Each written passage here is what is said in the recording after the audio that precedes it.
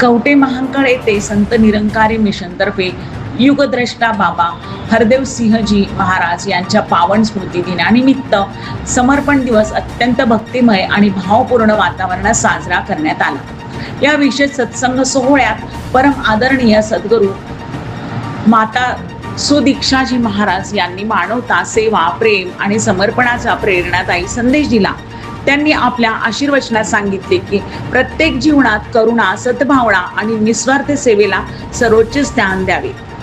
तसेच खरी भक्ती ही केवळ शब्दात नसून ती आपल्या विचारात, आचरणात आणि कर्मातून दिसून यायला हवी, असेही त्यांनी स्पष्ट केले।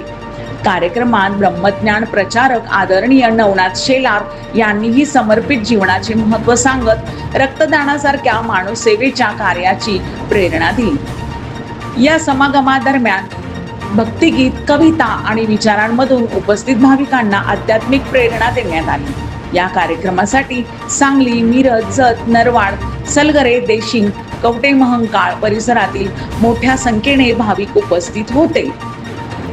महाराष्ट्र एक्सप्रेस न्यूज साठी कॅमेरामॅन तेजस सह मोक्षदा यांचं